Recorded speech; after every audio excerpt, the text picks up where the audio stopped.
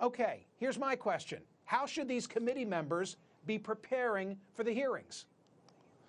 Well, Mike, the first thing is that the members should know the facts. If you're going to ask about the report, you've got to know the report. Second, understand the limitations of the hearing. You've got only 5 minutes to ask questions. That's not enough time to really develop a line of questions and answers. Third, consider Mueller himself. He is not going to go beyond the four corners of the report if you ask about the report. He is not going to say anything political. So what I think the members should do is to consider working closely with each other. Members should be willing to give up their time to other members so that a very good questioner can have 10, 15, 20 minutes to develop a line of questions and a line of answers. And they should divide the topic sequentially so that there's one topic discussed at a time, so there's a rhythm and a flow, and so people can understand what it is Mueller is saying and what the questions are and how they're leading to important subjects.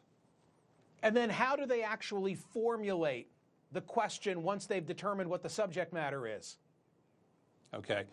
Well, first of all, they need to ask very brief questions using old words, not new words, and short words, not long words, and words that are understandable by everyone. And the questions should be focused on a subject that can be answered very briefly, hopefully with a yes or no answer or with a very brief answer. And then beyond that, no question should use legal jargon or any sort of phraseology that folks aren't going to understand or is going to be ambiguous. And beyond that, don't ask questions that bury us in the details of the report.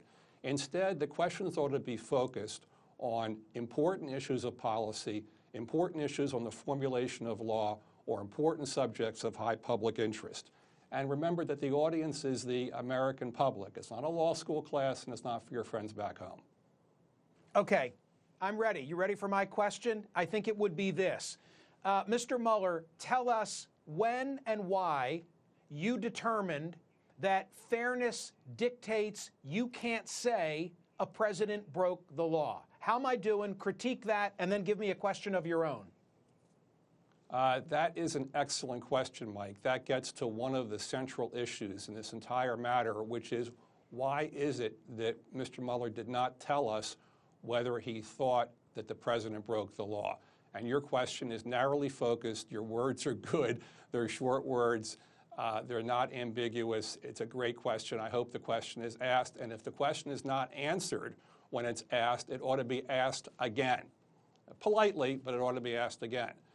That is one of the two central issues in this matter, which is why didn't Mr. Mueller say what he thought about the president breaking the law, yes or no? And what is his opinion in that regard? Relatedly, he should be asked as a policy matter whether he thinks the president should be indictable. That's a question of legal policy going forward. That's a very important question for this country to confront. Relatedly, he should be asked whether, if he could have indicted the president, he would have done so. Again, it's a very narrow, brief question, all with words that we all commonly understand. And finally, he should be asked whether there is anything that Attorney General Barr has said about his work with which he disagrees, and if so, what is that? Why don't you just do the questioning? I'll feed you what I'm thinking. You could pose the questions. I think we'd glean more information than I think we'll get this week. But thank you for being here. I appreciate it. Thank you, Mike.